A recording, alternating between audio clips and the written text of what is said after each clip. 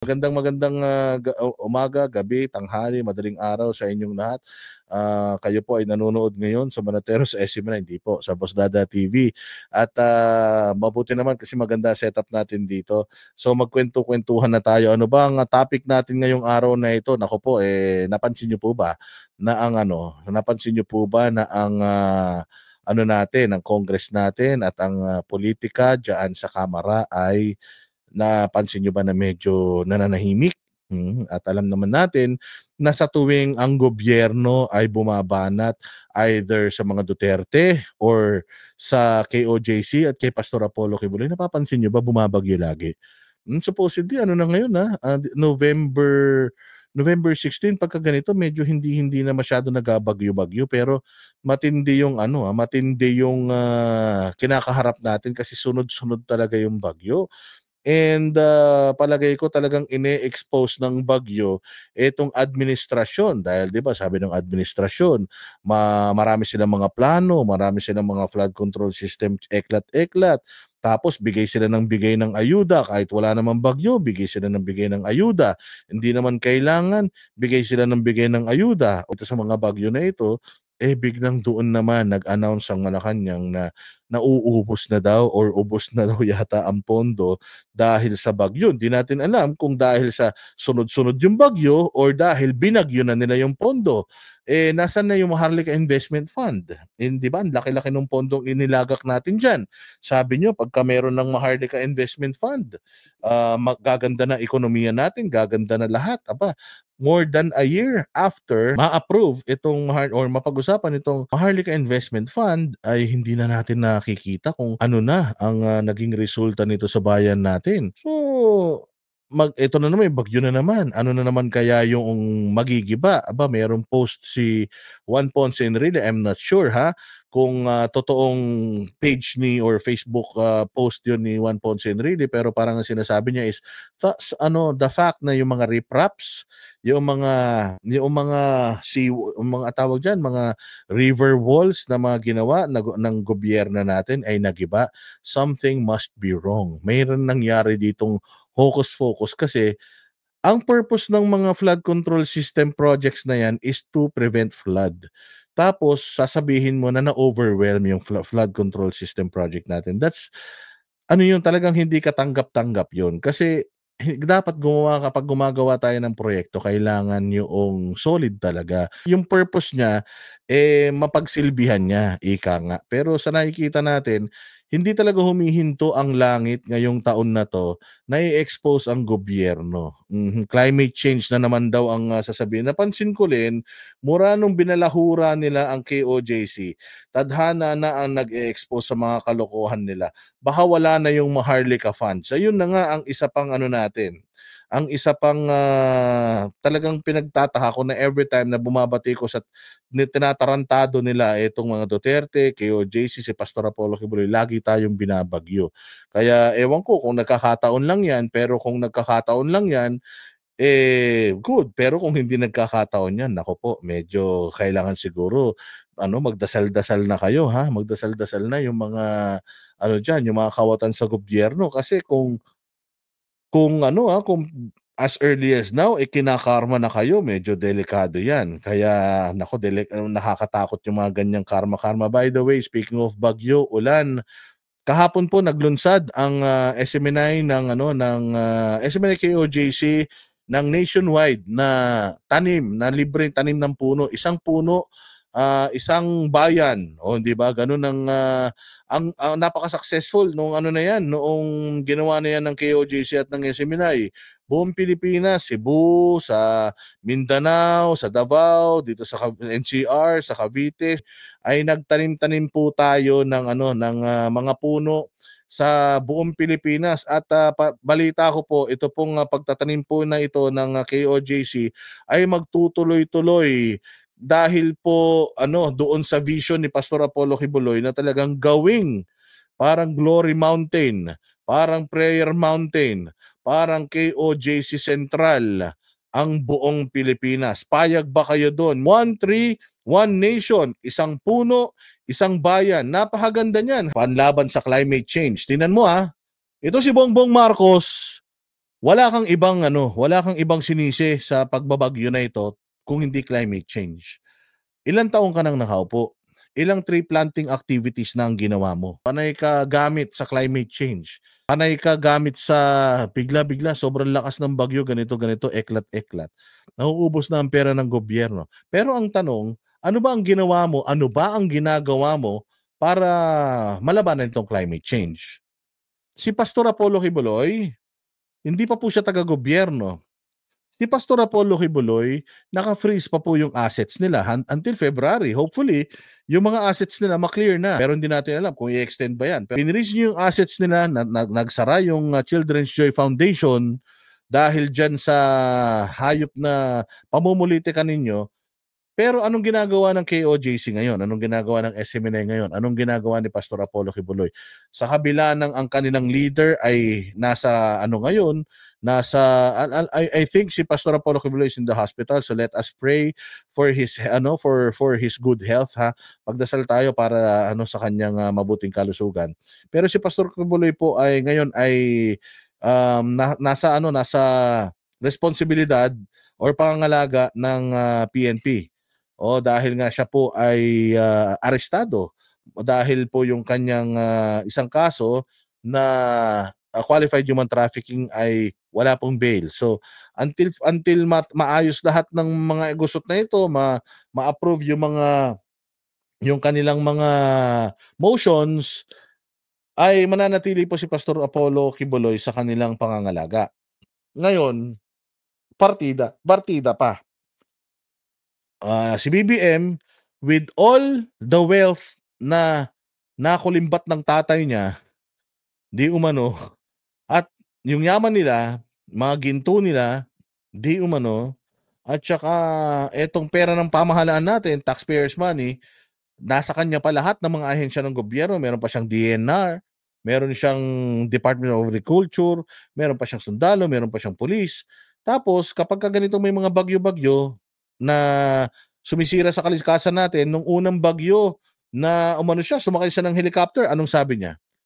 Ang problema natin kaya nag-landslide, mudslide dyan, it's because walang puno. Okay, sige. Ano namang ginawa niya after nun? Naglunsad na ba siya ng mga tree planting activities? With all the resources na meron siya, yung personal na yaman niya, yung yaman ng bayan natin, yung kapangyarihan na utusan ng lahat ng ahensya ng gobyerno natin, ano naman nagawa niya para labanan yung climate change na lagi niyang sinisisi? Si Pastor Apollo Kibuloy po ay nakakulong ngayon. Si Pastor Apollo Kibuloy po, ang kanilang mga assets ng simbahan nila naka-freeze. Pero anong ginagawa nila?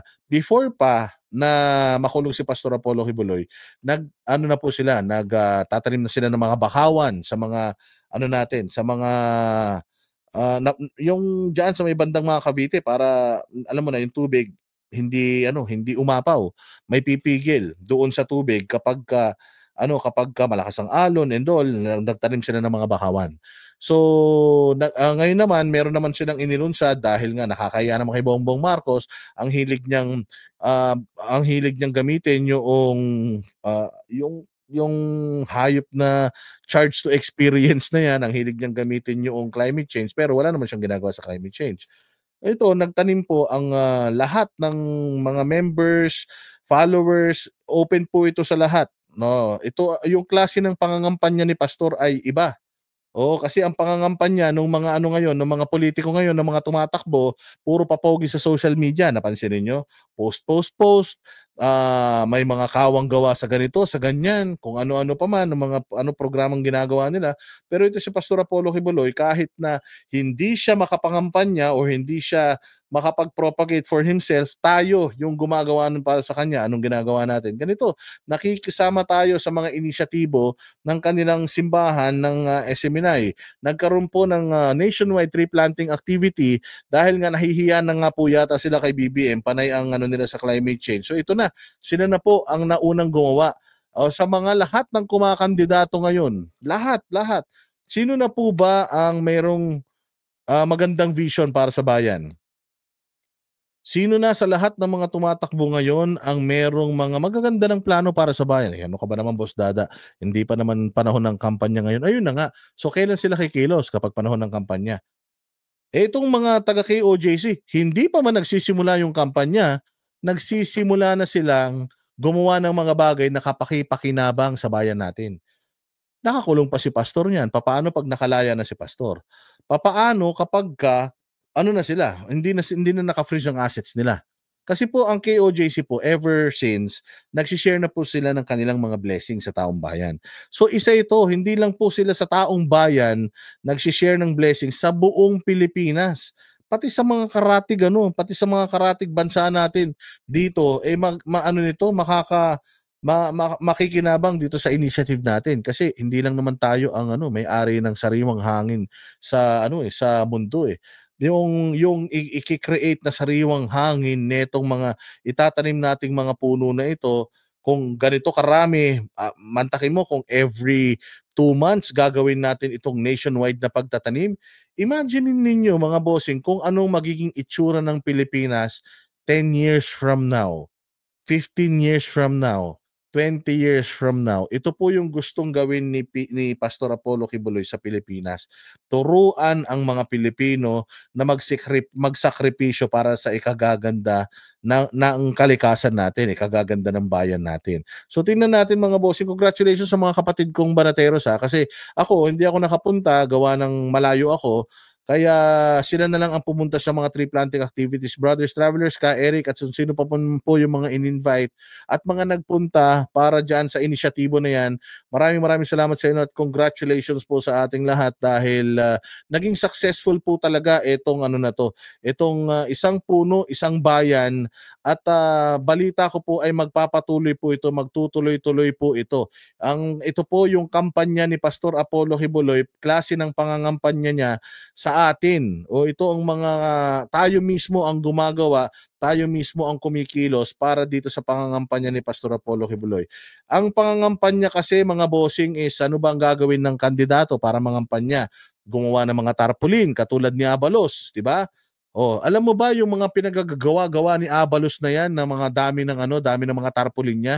Kapag ka natalo yung buwisit na yan, ano mangyayari diyan sa mga tarpaulin niya? Magiging bara yan sa mga imbornal natin dahil sigurado yung mukha niyan, sino bang kukuha ng mukha niya at gagawin mong trapal ng bahay mo? Hindi. Itatapon yan. So, etong mga mukha niya na nagkalat, pag natalo siya, which is talagang alam ko matatalo siya, sa puso ko talagang alam ko matatalo siya. Tatanungin ko kayo, iboboto niyo po ba si Abalos sa pagkasenador? Kasi kung ako, hindi. Wag niyo iboto yan. Walang silbi sa buhay yan. So sa dami ng mga tarpaulin niya, ano nagawa niya sa bayan natin? Umayin yung mga Pilipino. O ito si Pastor Apollo Kibuloy, instead magpagawa siya ng mga tarpaulin niya, anong ginagawa ni ano? Anong ginagawa ni Pastor Apollo Kibuloy? Ano na siya, nagtatanim na siya. 'Di ba? Yung instead maglagay siya ng tarpaulin, vote for Pastor Apollo Kibuloy. Hindi, ang ginagawa ni Pastor, hindi para maalala nila tayo, para makilala nila ako at para maintindihan nila kung ano ang gusto ko sa bayan, magtanim tayo. Yun pa lang, dun pa lang, winner na tayo. Hindi pa man nananalo si Pastor Apollo Kibuloy, gumagasta na sila para manalo ang sambayan ng Pilipino by means of pagtatanim ng ano ng puno. Papakinabangan natin 'to balang araw mga bossing, hindi lang tayo pati yung mga susunod na generations. At kung itutuloy-tuloy natin na ugaliin ito, na sumama sa kanila sa pagpapaganda ng Pilipinas, sa tulong para diyan sa climate change. Aba, imagine niyo ang Pilipinas 20, 30 years from now. Baka ang buong Pilipinas para ng Glory Mountain, baka ang buong Pilipinas para ng Prayer Mountain. Kaya ito pakinggan natin ang ano na ito, ang balitang ito at talaga naman nakaka-proud na tayo ay Banateros at tayo ay part ng SMNI at syempre tayo ay talaga naman taga-suporta ng mga taga KOJC at SMNI. Solusyonan ng placards at mga pagyaw-yaw sa kalye kagaya ng standard na ginagawa ng mga urban operatives ng CPP, NPA, MDF na mga kasama ko dati na walang sawang manggulo at magpasabog ng propaganda. Wala namang ginawang mabuti sa komunidad at taong bayan.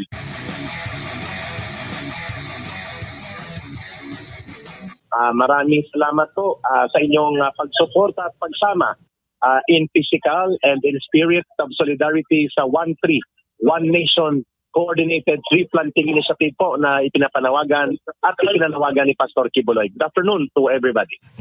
Yung mga dati mong mga kasamahan na mga makakaliwang grupo kahapon ng isang araw, nagkaroon sila ng rally para sa climate change. Sabi ko nga... Diyos ko po, rally para sa climate change. Putang ina, anong magagawa ng pagrarally nyo? Anong magagawa ng mga muka sa tarpaulin ng mga kandidato? Walang magagawa yan. Pati yung pagsigaw-sigaw nyo, ito talagang mga makakaliwat mga aktivista na ito, mga walang silbi talaga sa buhay itong mga hayop na ito.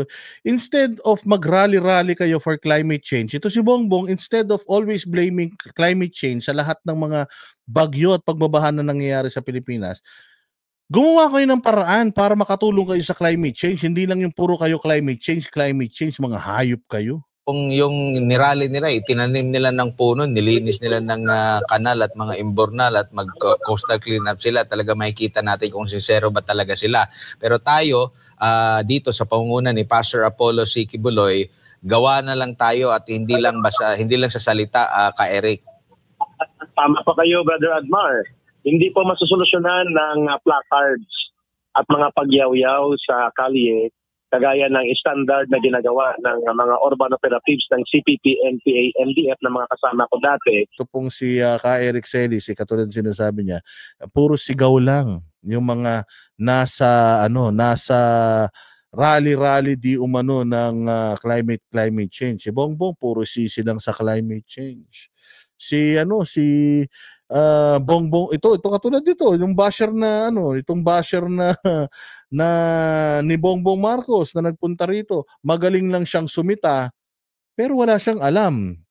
Ganito din etong si Bongbong Marcos at saka etong mga kupal na mga kesyo mahilig mag rally na climate change pero wala namang mga ginagawa, mga placard pagkatapos gamitin tatapon lang. Yung mga kending kinain, itatapon lang yung palara. Yung mga soft drinks, inkan, itatapon lang yung mga pinagkainan. Mga hipokrito dito sa KOJC, dito sa SMNI at lalong-lalo na sa Banateros, lahat-lahat na ng mga nakiparticipate dito, walang hipokrito sa amin. We practice what we preach. Hindi lang kami all bark, no bite. No, hindi po kami ganun. Kami po ay nagrereklamo pero may ginagawa para sa bayan. Eto, may problema tayo sa pagbabaha, may problema tayo sa climate change. Anong gawin natin? Magtanim tayo ng puno para merong mag-absorb ng mga sobrang tubig, para yung mga kalupaan natin hindi gumuho, tumibay dahil sa mga ugat ng puno, somewhat magkaroon pa tayo ng sa preskong hangin. So, hindi na masyadong mainit, kaya lintik ang init sa Pilipinas dahil nauubos na mga puno natin. So ibalik natin yung dating ganda alindog ng Pilipinas sa komunidad at taong bayan. I agree to that point of view.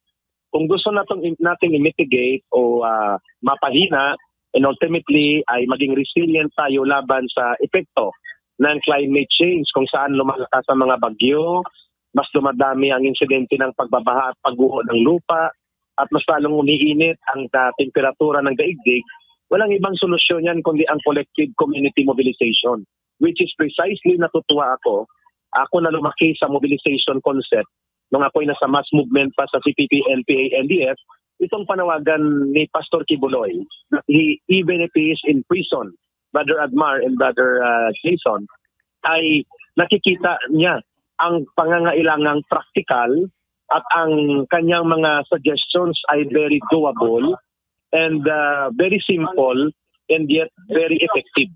At from prison, kahit siya ay limitado sa physical movement niya at interaction sa physical world, ang paggana ng kaisipan ni Pastor Quiboloy sa ikabubuti ng ating mga mamamayan at ng ating bansa ay patuloy na umandar.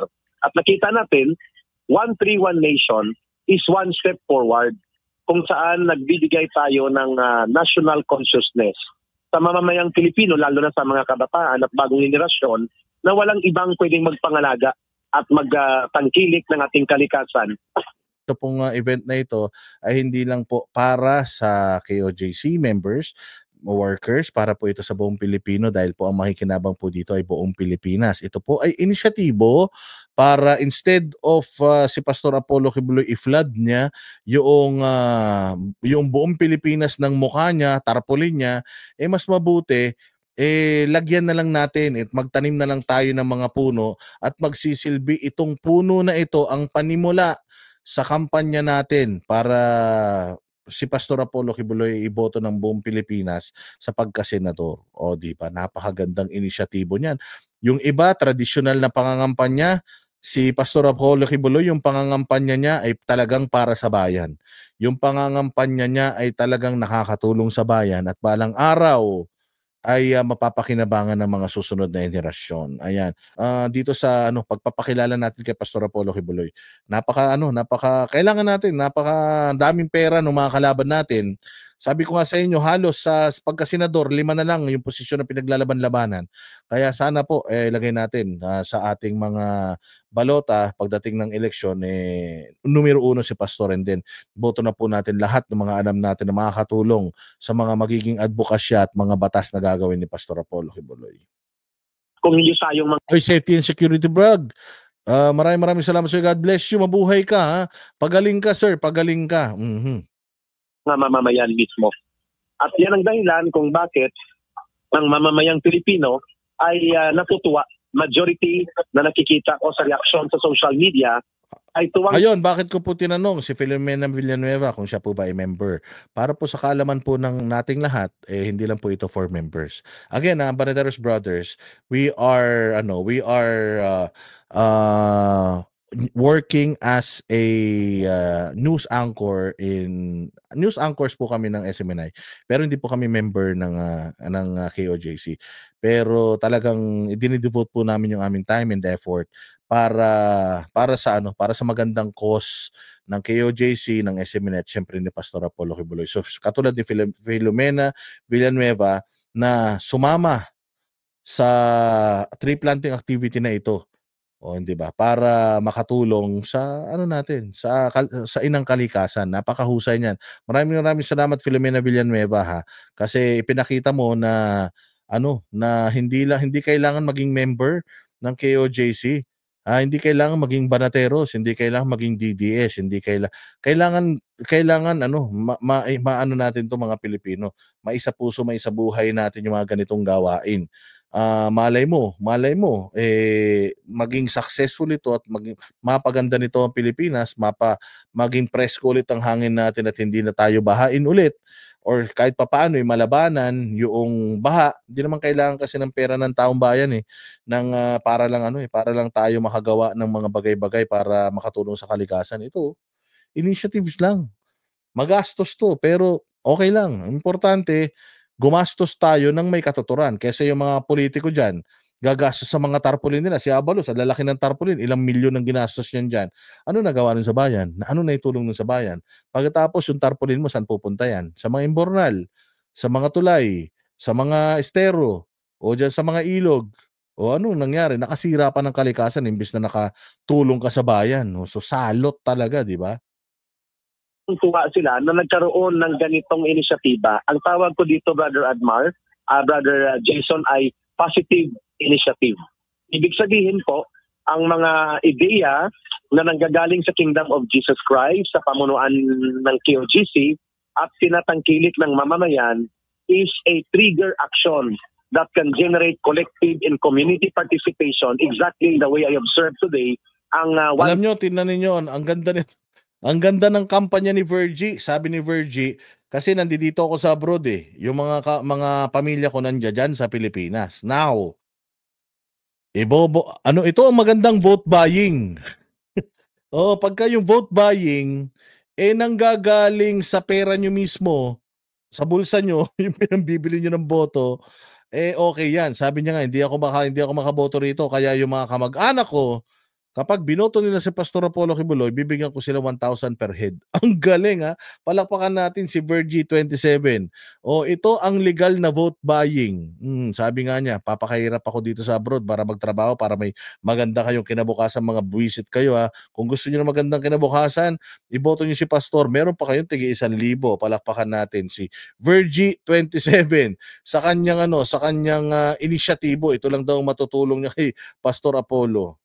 3-1 Nation tree planting activity dito sa mabulubunduking bahagi ng Antipolo sa Barangay San Jose, na ang likod nito ay Sierra Madre Mountain Range na Brother Admar and Brother Jason. There is no other opportune time that will be more practical and necessary na gawin itong massive tree planting mobilization and environmental consciousness na idudulot nito sa ating mga kababayan than this time na sunod-sunod ang pagsasalanta ng mga bagyo sa ating mga kababayan. Hindi mo kailangan na maging rocket scientist para malaman itong mabisang solusyon na ito, ka Eric. Ano sa nakikita mo? Alam mo, Admar, masakit ka magsalita ha. Parang sinasabi ni Admar dito, we have a problem sa pagbabaha sa Pilipinas. Meron tayong climate change problem. Masyado nang mainit yung mundo natin. So hindi mo na kailangan maging scientist, maging rocket scientist para lang malaman mo kung ano yung mga hakbangin na gagawin mo para mapaganda mo ang kalikasan or mabago mo, ma-reverse mo yung climate change. Magtanim ng puno. Anong mahirap doon? So parang sinasabi dito ni Admar na hindi mo kailangan maging presidente para lang maintindihan mo na ang sagot sa climate change na lagi mong sinisisi is yung pagtatanim ng puno. So Bongbong, ano pang inaantay mo? May bagyo na naman. Siguro, yung nalalabi mong 4 na taon sa serbisyo, simulan mo na, immobilize yung, gumawa ka naman ng maayos para sa bayan. Immobilize mo na yung DNR. Immobilize mo na pati DAR. Immobilize mo na lahat ng mga DOST, lahat na. Immobilize mo na para kahit nga kami, sabihan mo kami na, Boss Dada, mga banateros, okay, JC, samahan nyo ang gobyerno natin. Magtanim tayo ng maraming puno. Simulan nyo na. Sasama kami, basta sa kabutihan. Pero kung sa kabulastugan, dapat ilubog na kayo sa lupa, itanim na rin kayo para maging pataba sa lupa, wala kayong mga silbi. Kung bakit mula noon itinuturo na sa atin ito yung kahalagahan ng pagtatanim ng mga puno. Sabi ni Filomena Villanueva, pag siya din daw, bibigyan daw niya ng tigpa 500 ang boboto kay pastor na kamag-anak niya, ibang klase. Alam niyo, pag nabasa ni pastor to, matatawa yun.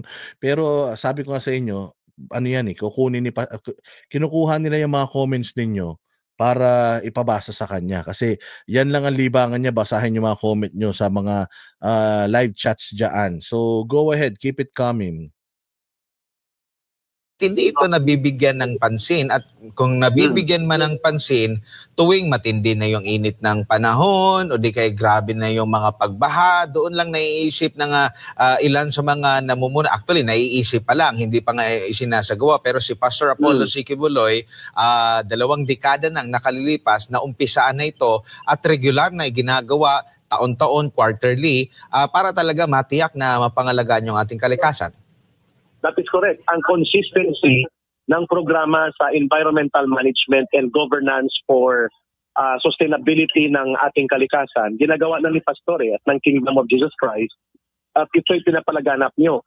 Doon ko lang naintindihan kung bakit mayroon programa ang Kingdom of Jesus Christ na pinamunuan ni Pastor, itong Sunshine Movement Philippines. Ito pala ay isang environmental advocacy crusade. At sinasabi ko nga kanina sa aking discussion point sa isang social media platform na kung mayroong buhay na patotoo that Kingdom of Jesus Christ and Pastor Kibuloy, they walk the talk. Yung good governance programs nila na ipapatupad nila in practice sa mismo sa Kingdom of Jesus Christ. Halimbawa, ang mabato-batuhing mga terrain ng Tamayong, Kalinan District, Davao City, sa matagal na panahon, hindi po yan naasikaso at naibalik ang naturalisa or the nature of the terrain and geography. Pero kung puntahan ngayon ng mga mamamayan, ng mga Pilipino, ng kababayan natin, ang Prayer Mountain at ang Glory Mountain sa Tamayong, sa Kalinan District sa Davao City, mamamangha ka kung paano ang mga bato-bato at similarly ay half-barren. Hindi na po na tumutubo masyado ang mga halaman dyan nung mga nakaraang 2 o 3 dekada.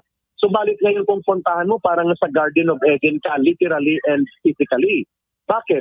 Sapagkat nagsakripisyo po ang Kingdom of Jesus Christ upon guidance and leadership of Pastor Kibuloy na magtanim ng mga puno at pangalagaan ng panunumbalik ng natural na kategorya ng mga fauna or mga halaman at flora. Yung flora sa mga halaman, yung fauna sa mga hayop na mga natural sa lugar. And now, I came to understand, Brother Admar and Brother Jason, na si Pastor Kibuloy was able to plant kayo dyan sa Glory Mountain alone more than 14,000 good species of pine tree. At ang nag-survive mahigit 80%. Therefore, mayroong mga around 11,000 fully matured pine tree. Ang Glory Mountain na nagbigay ng magandang level of oxygenation, magandang environmental degree na babalik muli ang natural na mga paligid ng Glory Mountain at ng Tamayong at pati sa Prayer Mountain. Iyan ang sinasabi mo, Brother Admar, na consistency of action and program, which I believe 131 Nation needs to be adopted as a program. Again, mga bossing this was mobilized sa buong Pilipinas. Luzon, Visayas, Mindanao. Merong tree planting activity initiated by no other than the KOJCs, the KLCs sa buong Pilipinas. Alam mo, nakaka-proud. Ako proud ako mga bossing that I am part of this group. And in a heartbeat, pag kami mga ganitong mga activities ulit, I always want to be a part of it. Manalo matalo si Pastor Apollo Kibuloy, every time na may mga ganitong initiatives, I'll make it a commitment na sasama talaga ako. Sasama talaga ako kahit na, kasi hindi naman ito naman ginagawa natin para sa bayan talaga to .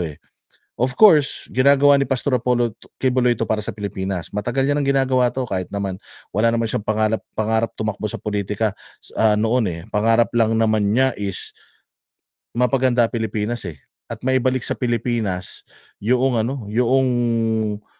biyaya ng Panginoon, biyaya ng Panginoon sa KOJC. So, ako talaga kung nandiyan lang ako sa Pilipinas, actually medyo nalungkot ako ng konti kasi hindi ako naging part nito. And pero nandito naman ako sa malayo, so siguro naman maintindihan ni Pastor kung hindi ako nakapagtanim ng puno. Pero ang sarap sana yung puno na itatanim ko, papangananon ko siyang Boss D, di ba? Ang ganda-ganda nun.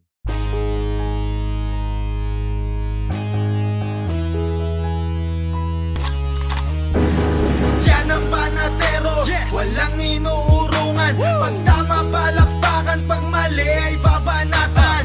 Yan ang Banateros, boses ng ordinaryo Pilipino. Banateros ay walang